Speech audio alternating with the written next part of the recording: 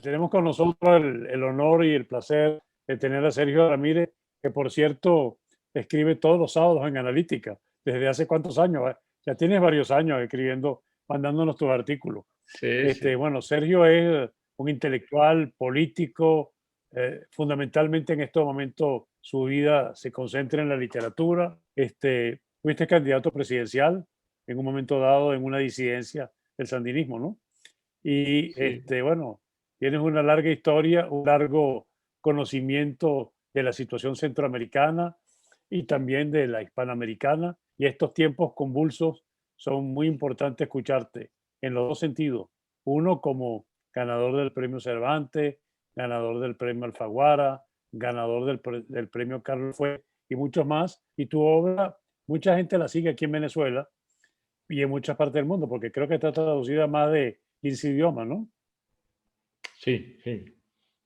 Sí, entonces, bueno, te doy, como ya estamos dentro de este inicio de coloquio, tú haces una exposición inicial, lo que tú dijiste es, que creo que dijiste el camino, la ruta angosta de la democracia en Nicaragua, y después yo creo que mucha gente va a querer preguntarte sobre literatura, ¿viste? Muy Que bien, en muy bien. en estos tiempos tan asiagos en Venezuela, yo creo que hay una saturación de política y la gente quiere oír algo distinto, quiere Bueno, para mí sentir, yo quiere tener encantado, esperanza. ¿no? Y como tú dices, que la ventaja del novelista es que puedes traspasar espacios de los historiadores, como estoy viendo en la última de Pérez Reverte, ¿no? Que está muy interesante sobre la Guerra Civil Española. Tienes la palabra, Muchísimas Sergio. gracias, Emilio. Me complace mucho estar con ustedes y poder conversar. Yo prefiero siempre los temas literarios, son más de mi gusto, pero bueno, vivimos en una realidad insoslayable y la literatura está muchas veces directamente conectada a la realidad que vivimos. A mí me gusta siempre decir que es una realidad anormal, que si yo fuera un escritor sueco o danés o neozelandés, que es el paraíso ahora del COVID, ¿no? Nueva Zelanda, yo no tendría problemas políticos de qué ocuparme y como novelista tendría que volverme un novelista interiorista de otro tipo de temas, pero aquí la realidad siempre reclama a la escritura y, y hay dos tipos de intelectuales. En América Latina yo pertenezco al tipo que voy a describir primero, que es el que se ocupa de la vida pública o el que está conectado a la vida política. Creo que esta tradición ciudadana del escritor que se ocupa de los problemas públicos, que habla en público, que expresa sus opiniones, cuando no directamente participa en la política, es una tradición que viene de la independencia misma, ¿no? La independencia no fue peleada en América Latina simplemente por militares, gente que tenía el valor de subirse al caballo, sino por gente que siendo abogados, tribunos, juristas, oradores, poetas, intelectuales, escritores, se subían al caballo como una obligación ciudadana, ¿no? Y no era raro encontrarse que como en la impedimenta de guerra siempre lleva una imprenta. Esto sí me ha llamado mucho la atención. Los ejércitos libertadores en las columnas iba ahí una imprenta porque el pensamiento y la reproducción del pensamiento era una pieza esencial de esas luchas. Luego estos componentes se vinieron separando, el intelectual, el político, el jurista, y desgraciadamente en muchos sentidos el militar se vino quedando solo. Y de aquí nace esa figura triste para América Latina, que es la del caudillo que lejos del sueño constitucional que se quiso instaurar en América Latina en el siglo XIX, pues se apodera del poder. Aquí la redundancia vale, se apodera del poder quienes llegan bajo las reglas constitucionales que se tratan de ensayar en el siglo XIX, que siempre son ensayos fallidos, terminan aboliendo, posponiendo la aplicación de las constituciones, apartándolas para quedarse en el poder. Muchas veces porque el sueño mesiánico les indica que sin ello el proyecto político está perdido. Y esta ha sido una fijación también en nuestra historia, que el proyecto político depende de la voluntad de un individuo, de la presencia de un individuo, no de la alternancia. Creo que es uno de nuestros grandes déficits políticos, esa creencia tan arraigada en la figura provincial, ¿no? Y eso lo hemos arrastrado hasta el siglo XXI, atravesando el siglo XX. Y hemos llegado a un punto, y aquí quiero hablar pues entonces de Nicaragua, en que el sueño democrático se ve muy lejano de ser cumplido. Y en Nicaragua, si nosotros examinamos, digamos, por lo menos a partir de 1893, que es cuando triunfa la Revolución Liberal encabezada por el general José Santos Zelaya, una revolución liberal ya tardía, hasta esta fecha, uno lee la historia de Nicaragua a través de los caudillos, no de los gobiernos civiles. Los gobiernos civiles democráticos, de tolerancia mutua, estos son esporádicos, son casi ignorados. Desde Zelaya a Somoza, a Ortega, el caudillo es el que fija los momentos de la historia del país. Claro, pasando por intervenciones militares, por golpes de Estado, pero es la figura del caudillo la que estabiliza al país. Vamos a usar ese término, ¿no? Estabiliza al país por largos periodos a través de la represión, a través del absolutismo, pero es la manera en que podemos leer la historia. El fenómeno último importante de la historia de Nicaragua es la revolución triunfante de 1979, que en 1990 el régimen sandinista es sustituido a través de elecciones democráticas que se dieron a través de circunstancias muy especiales por un gobierno civil encabezado por doña Violeta de Chamorro, que gana las elecciones. Y este gobierno civil da paso a una sucesión de 3 gobiernos libremente electos, con la mala fortuna de que la democracia no nos lleva siempre por el camino correcto, y nos encontramos otra vez con la figura del caudillo en Arnoldo Alemán, que es un civil, es un abogado, pero con todos los vicios del caudillo, y es el que echa a perder realmente el proyecto democrático que se venía enraizando. Cuando Ortega, que está siempre detrás buscando recuperar el poder, gobernando desde abajo, como él decía, subvirtiendo el orden constitucional de una manera muy impune y conservando cuotas de poder muy importantes y avanzando sobre el poder judicial, sobre el poder electoral, en su influencia y en su dominio. En determinado momento pacta con Arnoldo Alemán a comienzos del siglo XXI, hace un pacto con Arnoldo Alemán, reforma la Constitución, y Arnoldo Alemán, que está siendo procesado por actos de corrupción, por lavado de dinero, para no ir a la cárcel, porque ya Ortega tiene poder sobre los tribunales de justicia, cede que se reforme la Constitución para que la elección presidencial se pueda hacer con un número menor de votos y que Daniel Ortega pueda alcanzar esa cantidad de votos. Y es cuando Daniel Ortega regresa al poder en el año 2006, gracias a este pacto político con Arnoldo Alemán. Y en estas vueltas completas que da la historia hoy en día, y es lo último que quiero decir sobre este tema, hablando de las elecciones del año próximo. Ortega se prepara a ir a estas elecciones sin oposición, sin reformas electorales. La oposición bastante dividida, pues eso lo podemos comentar después. Y ha escogido un partido zancudo. Aquí llamamos partido zancudo a los partidos que se prestan al juego electoral de quien esté en el poder. Este es un término que acuñó el doctor Pedro Joaquín Chamorro en sus editoriales del diario La Prensa. Zancudo se le dice a los partidos o a los dirigentes políticos que se prestan al juego a cambio de que se les deje chupar el presupuesto como zancudos, ¿no? Por eso el nombre. Entonces, ya Daniel Ortega escogió al partido político, entre comillas, que irá a las elecciones como zancudo, y este partido es el partido de Arnoldo Alemán. Se ha apoderado de este partido de Arnoldo Alemán, el Partido Liberal Constitucionalista.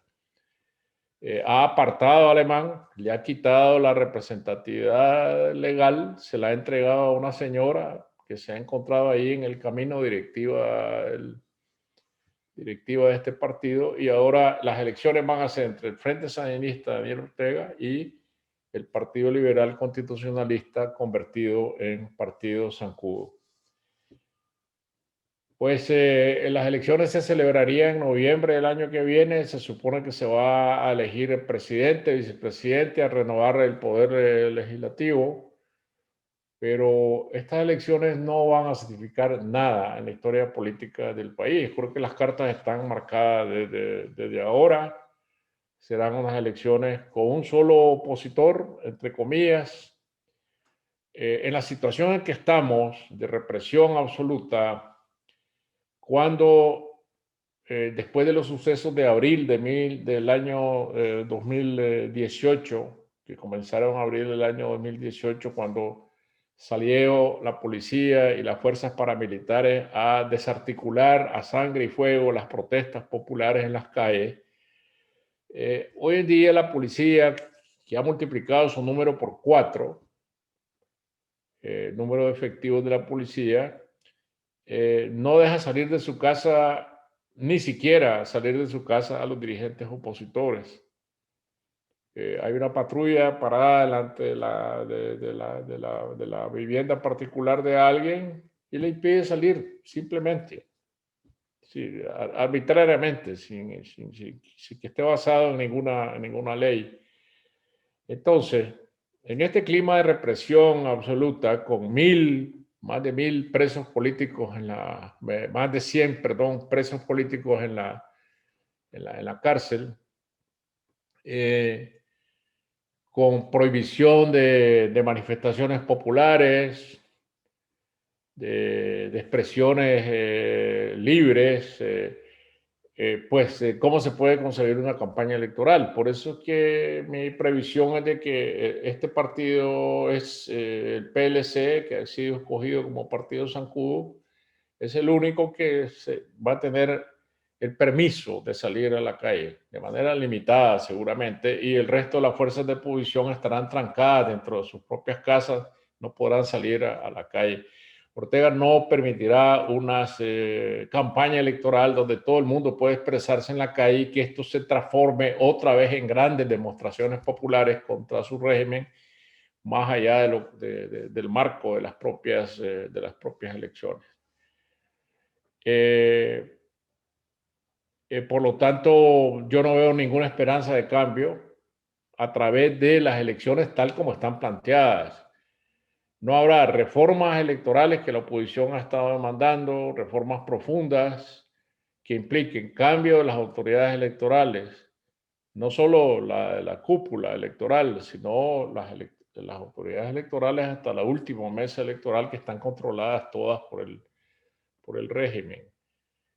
Cambios que impliquen la observancia estricta por observadores internacionales y nacionales del proceso electoral desde sus inicios.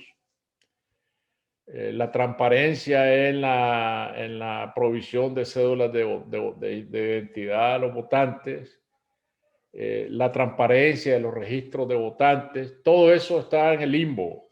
Todo eso no será resuelto antes de las elecciones, ni habrá reformas electorales más que seguramente algunas reformas cosméticas. Creo que la política de del régimen es el hecho consumado.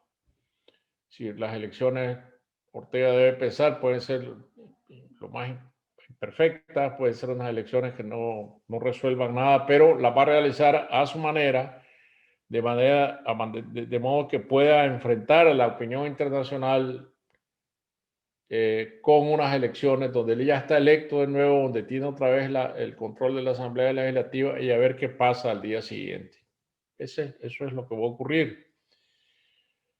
Creo que un factor con el que ha estado jugando el régimen es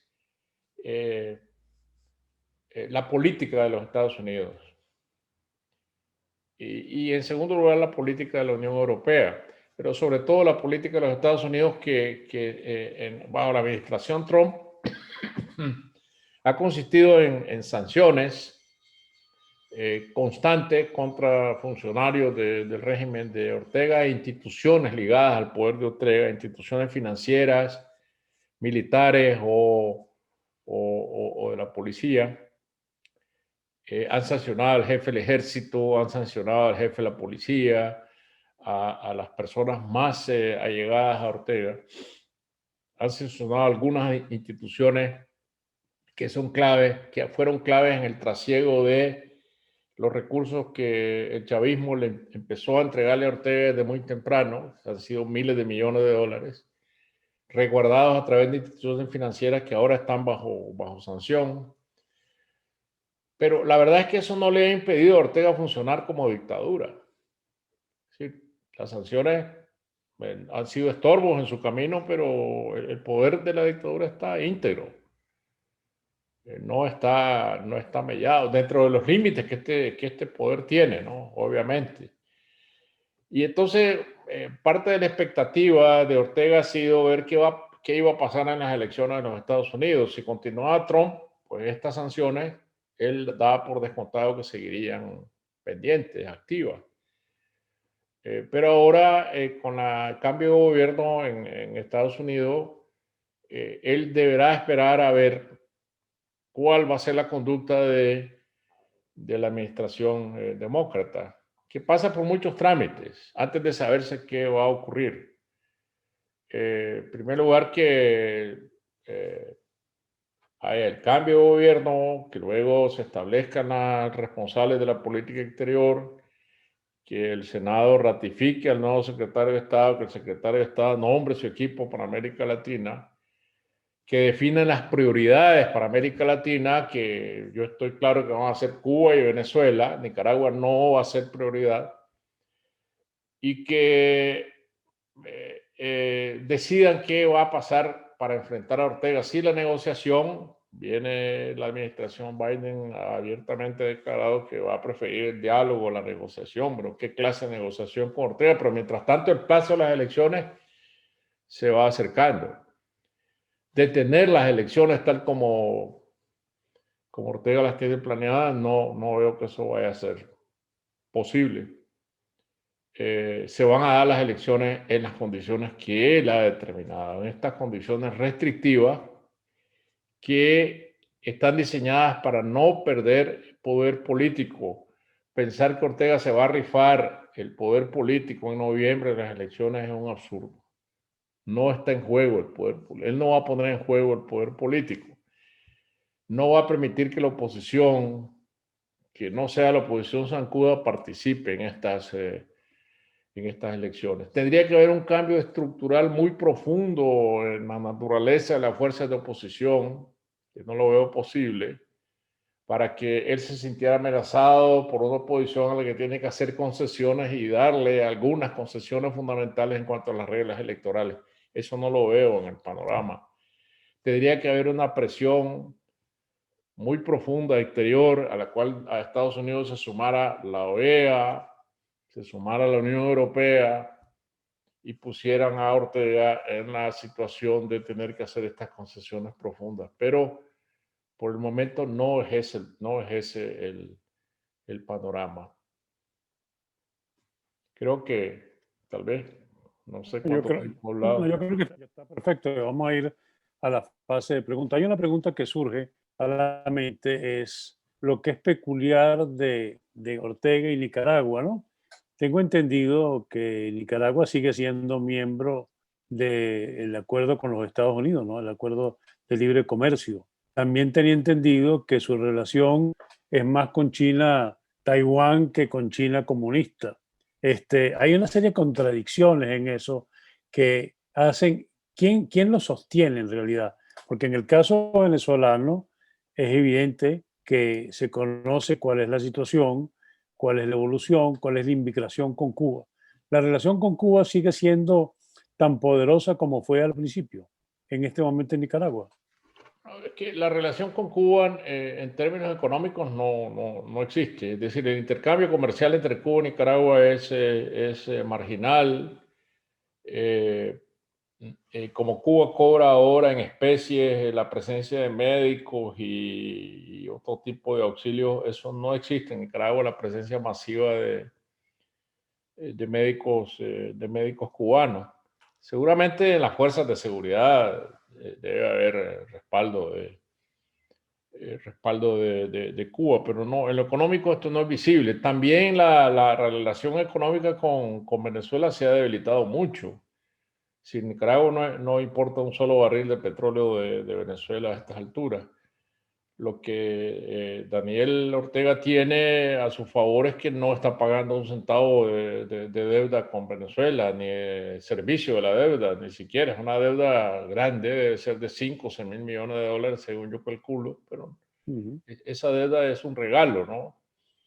Eh, que de acuerdo con el convenio petrolero que se inició con Chávez, esa deuda no es una deuda del Estado. En el Banco Central de Venezuela está inscrita como deuda del Estado, pero en Nicaragua no, porque eso ha ido se ha canalizado a través de entidades financieras armadas entre Venezuela y Nicaragua, eh, con participación de los dos países, y ese es el deudor. Y a través de una red de instituciones privadas donde ese dinero ha ido a rebotar, pero no a las arcas del Estado. Ese dinero nunca ha entrado al Estado. Y luego, la economía de Nicaragua es una economía muy pequeña. Y hasta ahora, los índices macroeconómicos que Daniel Ortega presenta son correctos en términos macroeconómicos. Aquí no hay proceso de inflación desbocado. Hay una caída del PIB que viene del 2018. Cayó el 5%, después cayó 6%, y este año va a caer otro 6%. La economía se ha reducido, pero ha sido manejable en el sentido de que Ortega ha reducido el gasto, ha percibido menos ingresos, pero ha podido reducir el gasto. Hay un gran desempleo, por supuesto, pero no hay pánico macroeconómico. Es decir, el país tiene sus reservas cuadradas, la inflación no se ha movido, hay un deslizamiento de la moneda medido cada año, calculado cada año. Ahora lo han desacelerado, el Banco Central lo ha desacelerado un poco. Acaba de recibir Daniel Ortega, como efecto del COVID, auxilio de parte del Fondo Monetario, auxilios de emergencia del Fondo Monetario, del Banco Centroamericano de Integración Económica. Las remesas, en la medida en que la gente sale más, se vuelven más altas. Este año el país va a recibir unos 2.000 millones de dólares en remesas. Entonces no hay ninguna emergencia financiera por este lado económica que obligue a Daniel Ortega a decir, tengo que negociar por el lado de la debilidad económica. Eso no es así. Me pregunta Pedro Carmona que ¿es Rosario Murillo el factor fundamental de poder en Nicaragua en este momento? No, el factor fundamental de poder de Daniel Ortega, es decir, la lealtad personal de caudillo, de las Fuerzas Armadas, de la policía, de las fuerzas de seguridad, de los organismos de masa, digamos, usemos ese nombre, de los organismos territoriales del tendido del Frente Sandinista es con Daniel Ortega. Daniel Ortega hizo una operación brillante de apropiarse de la herencia vieja de la revolución, de la herencia dilapidada de la revolución, lo que él quedaba se apropió. Él representa como caudillo a esa vieja idea de los viejos militantes de la revolución. Ha embarcado al ejército y la policía en una sola empresa de miedo, decir, si se apartan de mí, se hunden, sin mí no se hunden, vamos hasta el final todos. Entonces, la esposa, la mujer le da un cierto color folclórico al poder. Ella tiene mucho poder, obviamente, porque él se lo ha delegado, pero el día que Daniel Ortega le cerrara la llave de la legitimidad de ella no vale nada como figura política. No es que tenga un poder autónomo. Ahora, Sergio, entrando un poco en literatura, América Latina siempre ha padecido estos fenómenos, pero quizás los más acentuados, porque Sudamérica en cierto sentido lo ha ido poco a poco superando con algunos pequeños vestigios, pero Centroamérica no, salvo la excepción de Costa Rica. Si vemos, por ejemplo, la vigencia de Tirano Banderas de Valle Inclán o del señor presidente de Asturias, ¿qué ha cambiado en ese sentido en el ambiente centroamericano en general? Es ese caudillismo que está visto muy bien en esas dos novelas. Por supuesto que hay posteriores, evidentemente, está El Otoño del Patriarca. Hay muchos que se han escrito sobre la dictadura latinoamericana y su idiosincrasia. Pero yo creo que esas dos son muy específicas centroamericanas, ¿no? ¿No es así? No, pero yo creo que ese folclore vernáculo del dictador aislado en su palacio, el dictador mítico del Otoño del Patriarca o el dictador vernacular de Valle Inclán o el dictador tipo Estrada Cabrera, comienzo a decirlo, obviamente ese tipo de personaje no existe más. Como tampoco existe más el narco enjollado que se siente en un retrete de oro. Hoy los narcos son ejecutivos de maletín.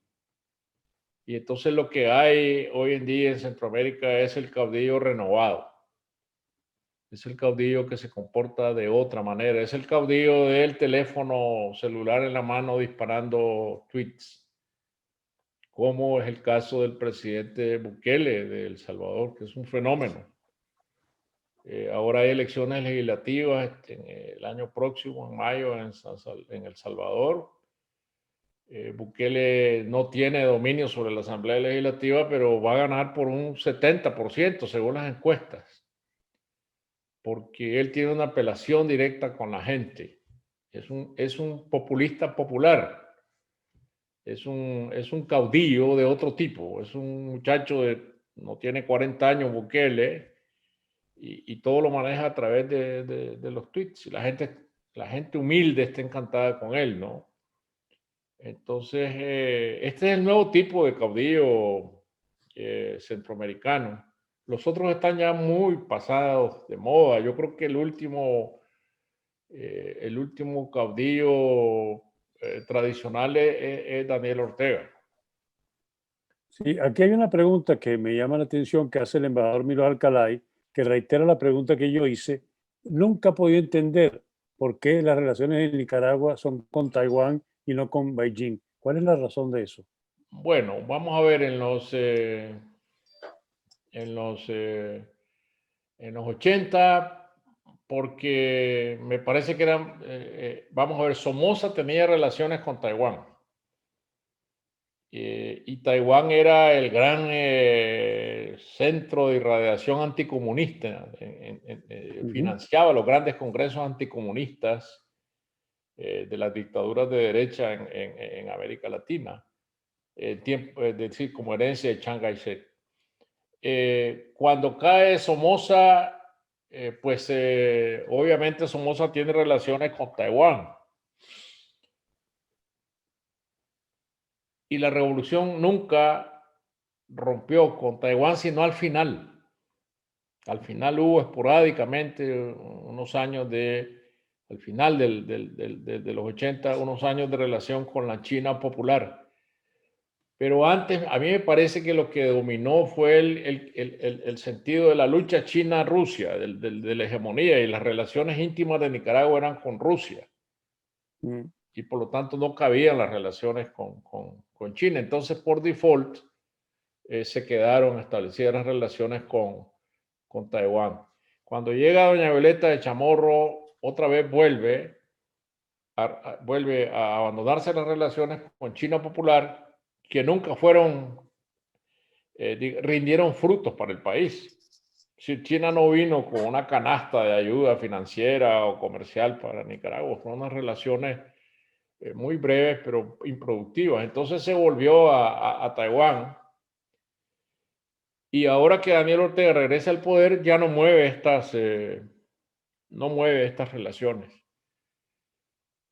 Más bien, como regalo de Taiwán, suele hacer regalos de mantenimiento, porque Taiwán tiene relación solo con 14 países en el mundo. Entonces le regaló a Daniel Ortega un estadio de béisbol New Brand, que costó $40 millones. Ahora, Sergio, y el famoso proyecto hipotético o iluso del canal que pasa por el lago que va al Pacífico, eso era con Eso Taiwán. nunca existió, eso nunca existió. Yo siempre creí desde el principio, era de los pocos que creía que nunca existía, todo el mundo estaba deslumbrado con la idea de este Mm, chino empresario que venía a hacer el canal. Esto fue un bluff mm. desde el principio.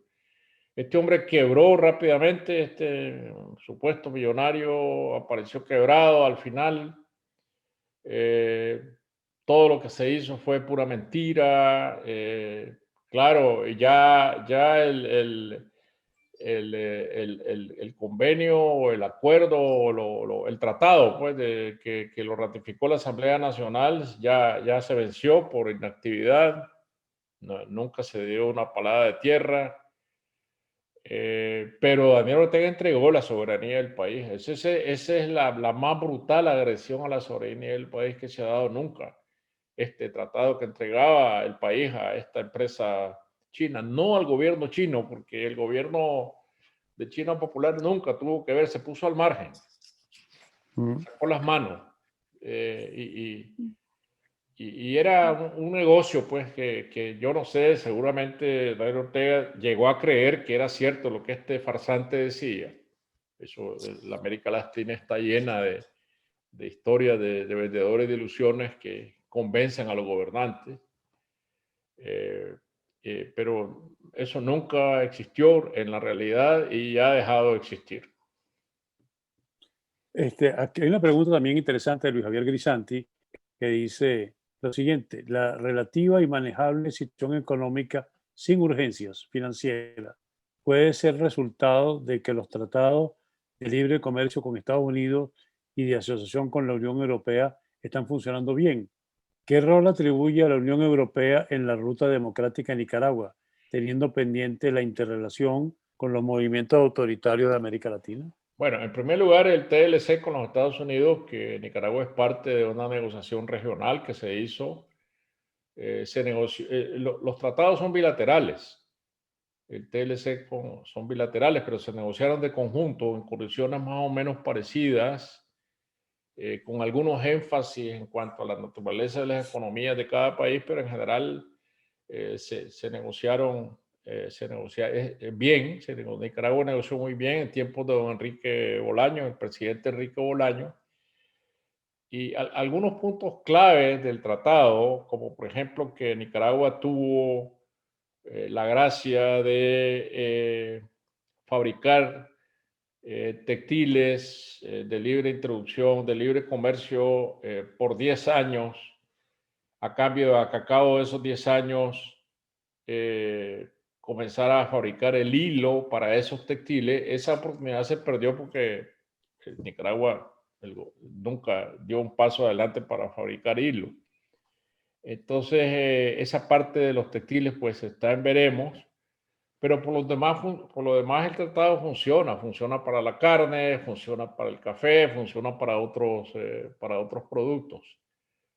Sobre todo ahora que ya Venezuela no es mercado de la carne nicaragüense. Aquí la producción de carne se expandió gracias al mercado venezolano, que pagaba la carne por encima del precio de la hoja amarilla que ofrecía los Estados Unidos.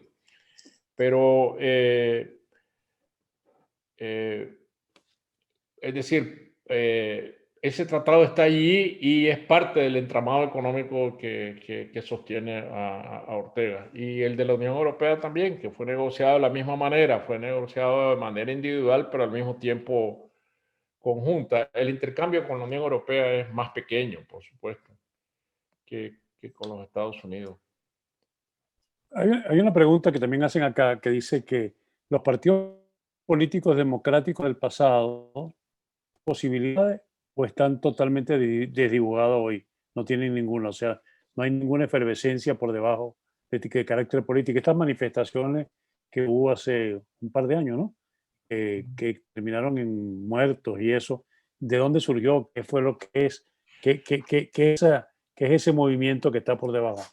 Bueno, fueron en primer lugar manifestaciones juveniles, completamente espontáneas. El detonante fue un decreto que castigaba las pensiones de los mayores de 60 años, reducía las pensiones en la seguridad social. Este detonante sensibilizó a muchas capas de la población, primero a los jóvenes que salieron en respaldo de los pensionados. Pero este es un detonante de una situación que ya venía desde atrás, por supuesto, rebasando a la gente, sobre todo a los jóvenes, y no hubo ningún partido político tradicional o de los ya existentes detrás. Los partidos se sumaron después. Es decir, era tan espontáneo, masivo el movimiento que cuando Ortega se ve presionado a negociar, porque tiene que negociar algo, porque se provoca una verdadera crisis política, le pide a la Iglesia Católica que sea intermediario de la negociación. Entonces los obispos van a improvisar una representación de la oposición. Son los obispos los que nombran a los opositores, que van a sentarse en la mesa. Esa es una situación muy curiosa, pero así fue, ¿no? Porque no había partidos políticos fuertes, organizados. Entonces, de dedo, la conferencia episcopal escoge a los dirigentes, muchos de ellos individuales, no representando ninguna fuerza organizada. Entonces ahí se sientan empresarios, se sientan estudiantes, se sientan académicos que vienen a constituir la parte de Ortega. Entonces esa parte comienza a organizarse después en la alianza cívica. Y una vez que la alianza cívica está organizada a través de estas personalidades, comienzan a llamar a los partidos políticos. Los partidos políticos no tienen ningún juego en este momento de la crisis. Partidos políticos que a duras penas existen. El Partido Conservador tiene 1% de intención en las encuestas. Y existe el Partido Liberal, que está dividido en dos facciones, el PLC, del cual se ha apoderado Ortega ahora, y está Ciudadanos por la Libertad, que es la otra parte de los liberales. Entonces no hay una fuerza orgánica que vaya de arriba hacia abajo, de abajo hacia arriba en la oposición. Aquí, si hubiera unas elecciones mañana, un candidato le ganaría a Ortega, pero no un partido político. Es decir, aquí si hubieran unas elecciones milagrosamente libres, súper vigiladas, supervisadas, observadas, con reglas electorales transparentes, bastaría escoger un solo candidato, uno solo, cualquiera que fuera, y ese le ganaría a Ortega. Una cosa que siempre me ha generado curiosidad es Centroamérica ha sido quizás la región más convulsa que hemos tenido en nuestro continente iberoamericano, ¿no? ¿Y por qué en ella surgió Costa Rica? Que de pronto con la referencia con Guatemala, Honduras, El Salvador y Nicaragua, ¿por qué sale esa isla? ¿De dónde surge? ¿Por qué ese fenómeno, aparece? Porque Bueno, es que a veces uno lo desconcierta, ¿no? bueno, vamos a ensayar una de tantas explicaciones que se pueden dar. La formación de los estados nacionales en el siglo XIX es diferente. Costa Rica está reducida a la meseta central. Es el área, es un área muy montañosa que se presta mucho al cultivo del café, pero obliga a los habitantes que son caficultores a auxiliarse entre ellos. Mm, Y son propiedades pequeñas y medianas, mientras que la propiedad en el resto de Centroamérica es la propiedad sobre todo ganadera, que necesita grandes extensiones. Y por lo tanto hay una pionada que es la que cultiva el ganado a nombre de un terrateniente que puede tener 4 o 5 mil hectáreas, es decir, para tener 5 mil cabezas de ganado hay que tener 5 mil hectáreas, 1 hectárea por cabeza, ¿no? En Costa Rica no se ve ese fenómeno, la tierra ganadera es la que se agrega después.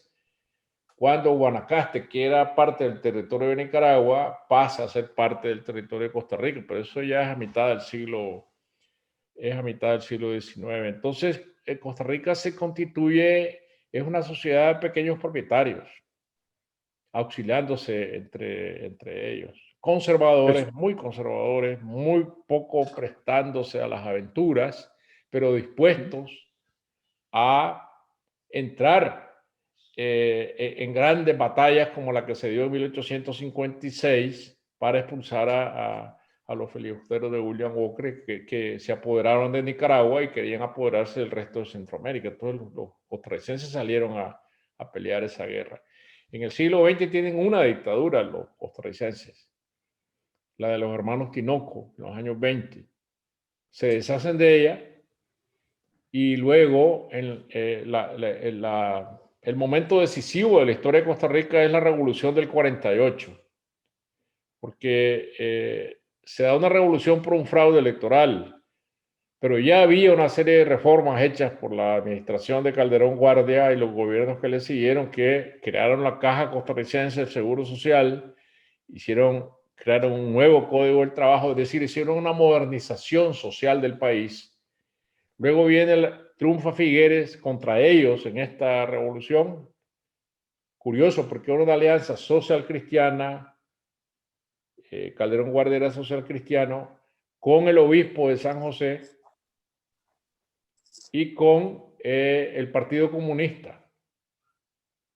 Y esta es la alianza que posibilita estas reformas. Cuando triunfa la revolución de Figueres en el 48, él no desmantelan estas reformas, sino que la suma al nuevo caudal que incluye la abolición del ejército, la nacionalización de la banca y la nacionalización de la refinadora de petróleo. Entonces, todo esto se conjunta. Y hay un consenso para que el gasto público se concentre en salud y educación por lo menos por los siguientes 40 años. Es decir, los costarricenses han sido capaces de hacer acuerdos nacionales de fondo. En el resto de Centroamérica eso nunca ha sido posible. sí, por cierto que recientemente en el caso venezolano hubo una resolución de la OEA que tuvo 21 votos a favor, o sea, que ha aumentado digamos, el caudal de los países que objetan a Maduro, y 2 en contra, después abstenciones y no presentes, o sea, diferentes manifestaciones, pero que quisieron, y los 2 votos en contra me llamaron la atención fue México y Nicaragua. Mm. Argentina se abstuvo, o sea, me llamó la atención. O sea, ese otro personaje que también en esa onda que tú estás hablando de los populistas que nos gobiernan de derecha, de izquierda, el López Obrador entra en esa categoría. Sí, bueno, es un gran Bukele, ¿no? Bukele es de un país pequeño. México es un país muy grande, pero también López Obrador tiene 65% de opinión favorable según las encuestas. Es curioso porque el partido Morena como tal no tiene tanto respaldo. El Es partido él. Morena podría desaparecer, pero López Obrador es independiente del partido Morena. Es él como figura, el que ha convencido a la gente de que él tiene las soluciones para el país. Y tanto que esto coincide con un hecho muy interesante en México, que es la crisis absoluta en que entra el sistema político. Es decir, la crisis del PRI, la credibilidad del PRI que gobernó por tantos años como partido único en México, arrastra al PAN también, que el PAN fue primero una invención del PRI porque necesitaba grupos de derecha ligados a la Iglesia Católica como contraparte. Luego el PAN ganó autonomía y llegó a tener poder, pero ahora los dos están en la lona. Y acaban de firmar, o se va a firmar un pacto entre el PRI, el PAN y el PRD, que es de donde viene López Obrador, para enfrentar a Morena en las próximas elecciones legislativas. Es decir, los tres partidos se unen. Claro, sí ya están unidos, ya están cerrando, ya el PAN aceptó la unión. Entonces van a ir juntos. En una parte de las listas van a ir juntos, donde son más débiles. Cada quien por separado. Ahí se van a juntar, creo que en 150 circunscripciones se van a juntar. Entonces, eso te demuestra la crisis absoluta de que es lo mismo que el sistema político, ¿no?, de México, que se fue a la lona de viaje. Si vamos en el otro gran partido del gran país de América Latina, en el caso de Brasil, Bolsonaro acaba de recibir una derrota tremenda en las elecciones municipales. Y sin embargo, él es una figura considerada del mismo estilo. O sea, estamos surgiendo con hombres, no sé, bueno, la fórmula más sencilla es llamarlo populista, pero en el fondo va algo más allá de eso, ¿no? Sí, o sea, pero esta nueva caracterización. Sí, antes déjame comentar algo que no comentamos de tu pregunta anterior. Y es que Nicaragua siempre va a estar votando con Venezuela y Venezuela con Nicaragua. Claro. No sé qué va a pasar ahora con Bolivia, porque no oí que mencionaras a Bolivia en el recuento. O se abstuvo o no se presentó. Pero no mira, fue porque votos en contra hubo solamente dos. Este frente que existía antes, Venezuela, Nicaragua, Ecuador, Argentina, Bolivia. esto ya no va a existir más. Creo que van a votar puntualmente en uno u otro caso. México yo no lo metería en ese bloque. Lo que López Obrador, como una gran excusa, una política exterior muy extraña, ha proclamado es su adhesión a la doctrina Estrada. Ese es el gran pretexto. La doctrina Estrada, que es una antigua doctrina diplomática de México, dice que México no se inmiscuye en los asuntos de otros países. Sin embargo, en base a esa doctrina es que no se abstiene en estas votaciones o vota en contra en estas votaciones, pero no creo que exista una alianza estrecha con Maduro. No es ese el caso. Ni con Ortega tampoco. Tampoco con Ortega, ¿no? No. Ahora, lo que sí llama la atención es que creo que son de los 4 líderes mundiales que no han reconocido la derrota de Trump, ¿eh? O sea, México, Rusia, Turquía y Corea China del lo Norte. reconoció, ¿no? Sí. Sí, China ya reconoció. No, pero quedan así como emblemáticos, que además son personajes autocráticos todos. Erdogan, claro. Putin, Yo creo vamos a ver, López Obrador no es muy brillante en la política exterior.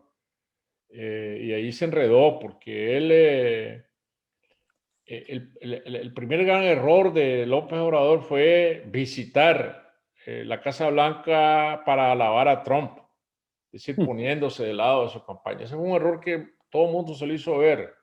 El canciller Sepúlveda, que es muy agudo, yo lo conozco. lo dijo claramente que este era un error estratégico de México porque se estaba envolviendo en una situación de la cual no se iba a poder salir.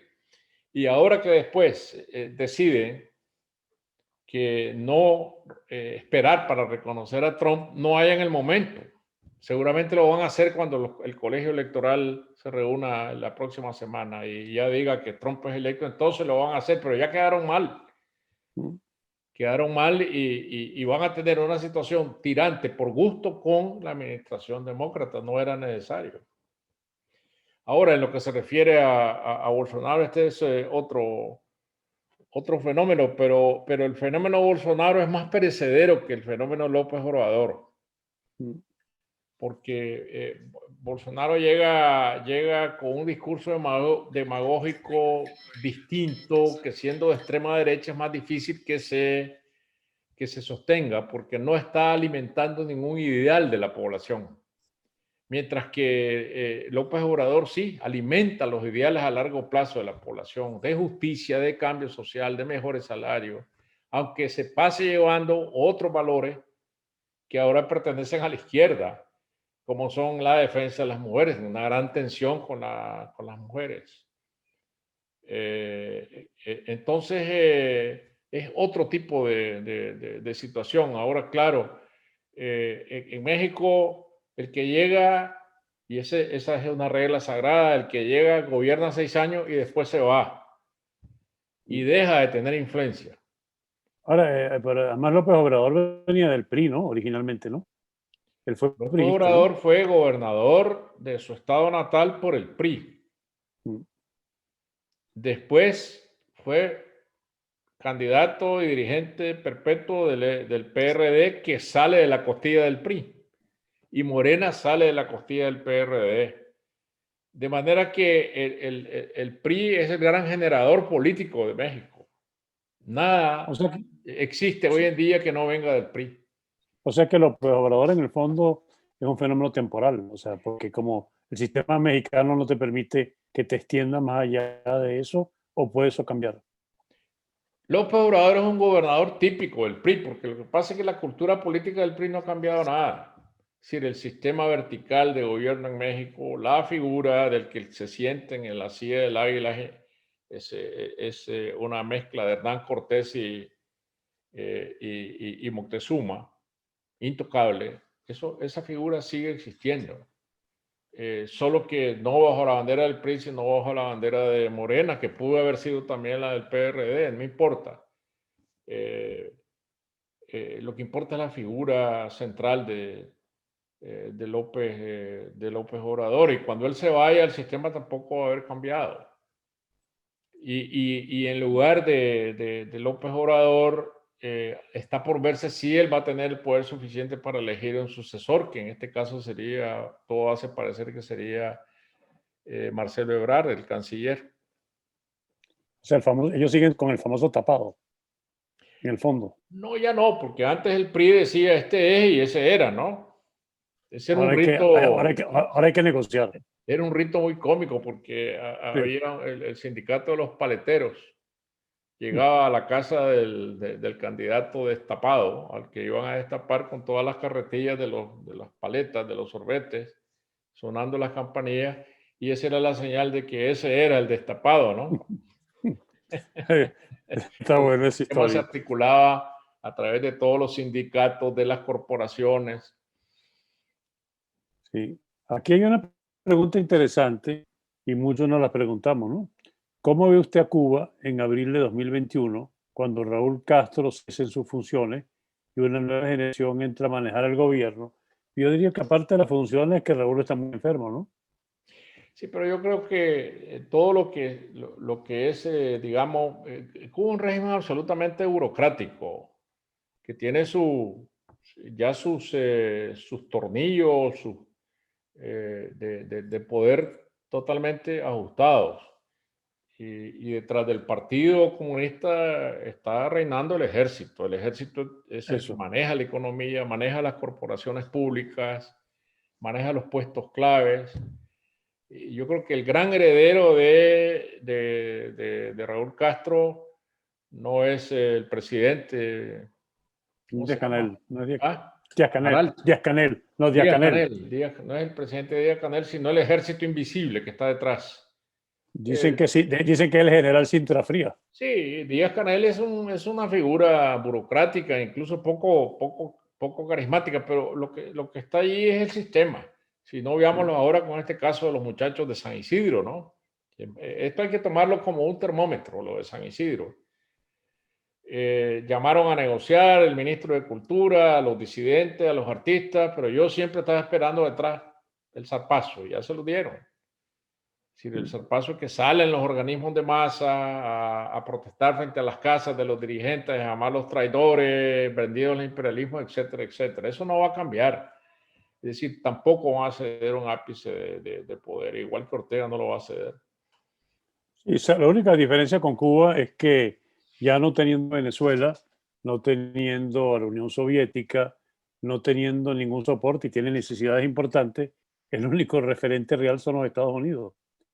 O sea que tú no piensas que puede suceder justamente con los militares por conveniencia mutua de los dos lados, algo parecido a lo que hay en Vietnam y en Camboya. O sea, una apertura económica, pero con un control político fuerte de la nomenclatura, por decirlo así.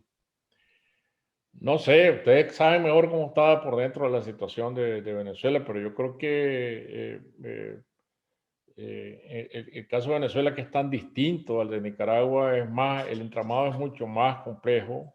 Yo creo que esa mafia va a ser muy difícil de salir de ella, una mafia muy grande. Yo le he estado leyendo ahora viendo ahora que estaba leyendo un reportaje sobre el tráfico del oro en Venezuela, que eso es impresionante. Terrible, terrible. La cantidad de gente que está metida en eso en todos los niveles, la guerrilla, los antiguos guerrilleros los guerrilleros del ELN, los antiguos del FMLN que dominan militarmente territorios, los militares metidos ahí, los comerciantes, y ese es un negocio de miles de millones. Sí. Entonces, Sí. mientras no se despeje eso, no sé cuál va a ser la solución política. En Nicaragua es más fácil advertirlo, es decir, porque es un país más pequeño, apenas son 6 millones de habitantes, la economía es más chiquita, no tiene materiales, minerales estratégicos como Venezuela, que tiene las grandes reservas del mundo en oro, en petróleo. Es otra situación completamente diferente. Ahora, para terminar, yo creo, y entrar en el tema que te gusta a ti y a mí también, ¿cómo ves tú la nueva la literatura latinoamericana? Porque hemos tenido, el siglo XX fue un siglo, bueno, los siglos anteriores han sido siglos muy ricos y en este momento también han surgido algunos.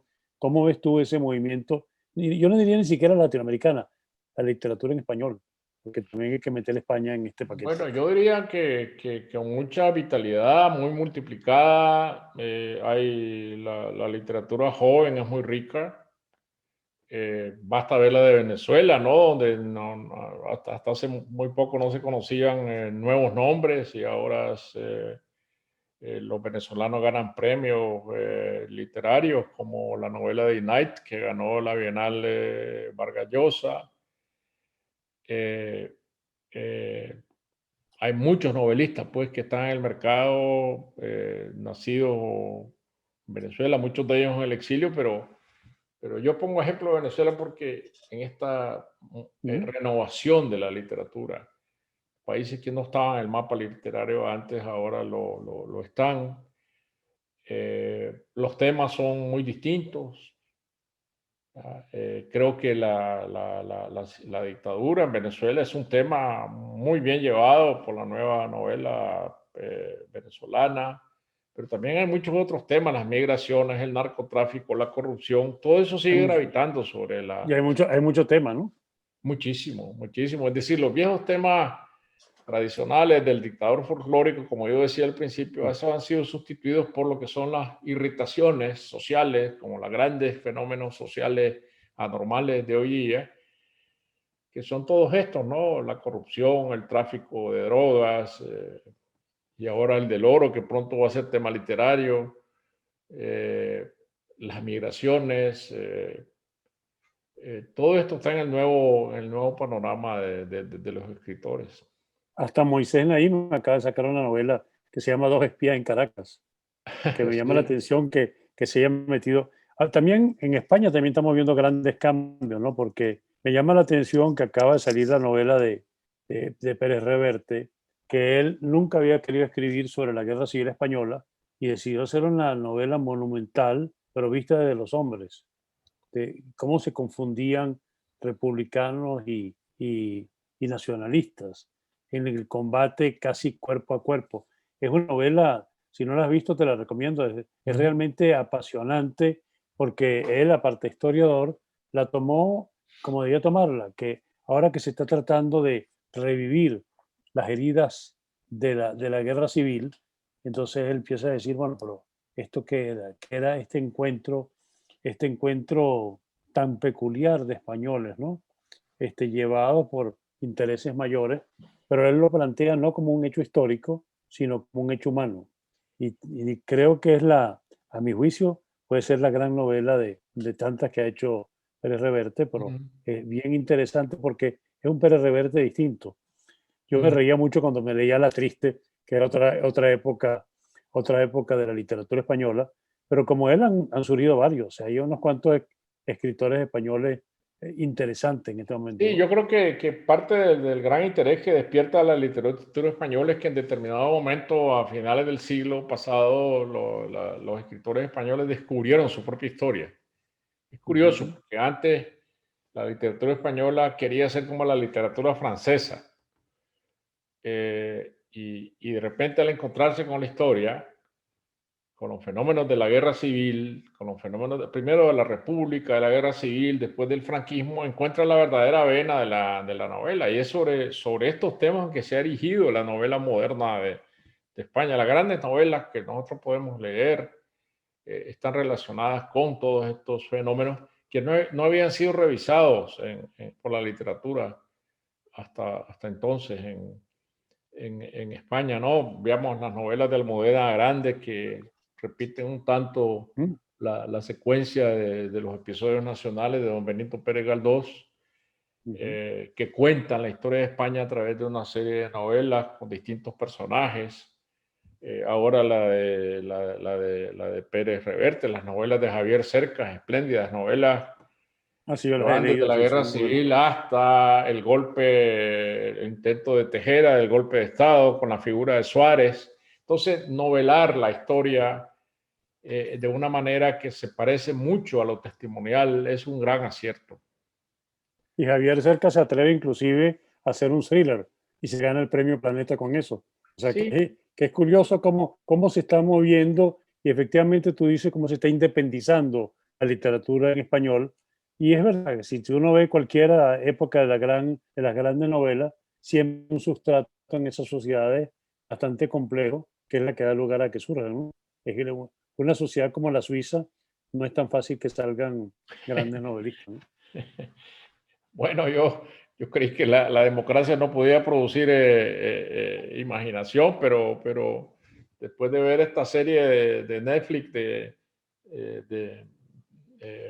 eh, de Bergen, esta historia política, Borgen, Borgen, yo eso creo que es lo mejor que he visto en muchos años. claro, porque te da la idea de cómo dentro de la democracia pues hay conflictos, ¿no? En un régimen parlamentario sano, digamos, que sin visos de autoritarismo, las luchas por el poder, las composiciones, recomposiciones y descomposiciones del poder, las concesiones que el poder tiene que hacer, son materia de novela. Pero lo curioso es que esa no fue una novela, sino una serie, que la serie está ocupando espacio, pero lo que antes se leía en novela, porque una Bueno, película es un está episodio por corto. verse En cuánto cambio, espacio le ha robado las la series de serie televisión ex- al arte de la- novelar, ¿no? claro, Porque, porque porque esto se de que pueden ahora extender en el tiempo. tú necesites 30 horas para contar una historia, 40 horas para contar una historia, porque hay series de 4 partes, te das cuenta de cómo esto va buscando el perfil que De la necesita novela, una ¿no? novela para desarrollarse. Interesante, ¿no? Como fenómeno, ¿no? Fenómeno Sí. curioso, Como porque fenómeno narrativo. Sí. estamos yendo mucho más a lo audiovisual que a la lectura, lamentablemente, a veces. Bueno, creo Bueno, que yo no creo, pero sí, van a están las dos cosas coexistir juntas. los dos espacios van a coexistir, pero cada día, pero ese fenómeno de que ahora te necesiten 40 horas para contarte una historia, eso no existía. No. Más que en las Bueno, telenovelas, ¿no? Sí, sí, porque antes había unas pequeñas series cuando yo era muchacho, pero ahora eran 3 películas y eso. Bueno, Sergio, yo creo que ha sido bien No, muchísimas interesante gracias a ti, oírte y escucharte. muchas gracias Emilio y muchas gracias a todos los que están escuchándonos, viéndonos. Yo no les pude ver la cara en este formato. No, y, va a estar todo en YouTube. Tenemos un canal que se llama Analítica TV y esto Ajá, va a poder verlo y la gente muchas veces por la premura del tiempo va y lo ve con calma y estoy seguro que muchos verán porque ha sido una excelente conversación. muy bien, muchas Muchas gracias. gracias, Sergio. Te doy las Hasta gracias a luego. ti por la invitación, Emilio. Seguimos en Gracias a ti. comunicación. Muchas gracias. Chao, hasta luego. Nos vemos.